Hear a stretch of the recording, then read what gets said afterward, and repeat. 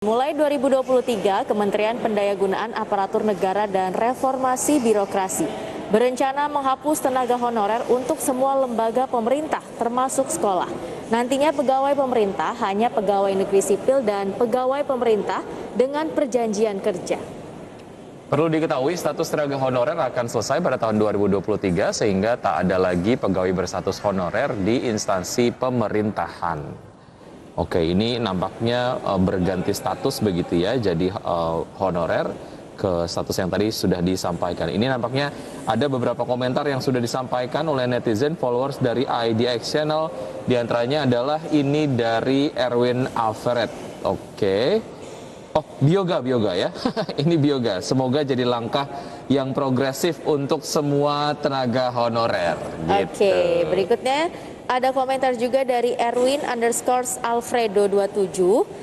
Ini mengomentari soal takutnya hanya berganti nama atau sebutan, nasibnya tetap sama. Jangan dong, semoga dengan ditiadakannya tenaga honorer ini, ya nasibnya juga berubah gitu ya. Karena katanya sih tenaga honorer ini nantinya akan diangkat menjadi PNS tapi CPNS sih.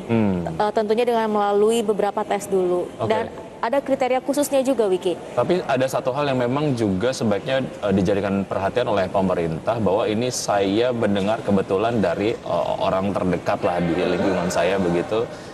Beliau kerja sebagai guru honorer, tapi in terms of workload ataupun kerja harian yang kayaknya agak lebih banyak itu adalah guru honorernya. PNS-nya agak loose gitu, kadang-kadang beban-beban pekerjaan diberikan ke honorer gitu. Dan ini kayaknya juga harus diakses lagi bagaimana sebetulnya pemerintah mengukur performa ataupun kinerja dari PNS gitu ya.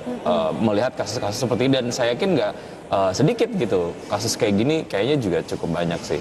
Saya tanyain ke beberapa orang, kayak gitu juga di lapangan. Oke, tapi semoga dengan ditiadakannya tenaga honorer ini bisa menjadi satu tingkatan baru untuk menyetarakan tenaga kerja di Indonesia, Wiki ya. Betul. Ini berikutnya ada Fenzol 245. Bagaimana kalau pelayanan seperti rumah sakit, men? Kami kurang tenaga kerja spesialis, sedangkan produk dokter spesialis masih sedikit untuk kebutuhan rumah sakit di Indonesia. Apakah tidak bisa, kata gitu. Tapi ini kayaknya untuk beberapa instansi pemerintahan, dalam hal ini adalah rumah sakit umum daerah gitu misalnya, jika memang jumlah tenaga dokter spesialis kurang begitu, itu nampaknya ada rekrutmen khusus kayaknya ya. Mungkin statusnya adalah PNS untuk kemudian memenuhi kebutuhan di rumah sakit ini gitu. Karena memang ini adalah profesi yang kebutuhannya juga sangat banyak gitu. Oke, tapi semoga dengan langkah pemerintah meniadakan tenaga honorer, kemudian tenaga honorer yang nantinya akan diangkat begitu ya menjadi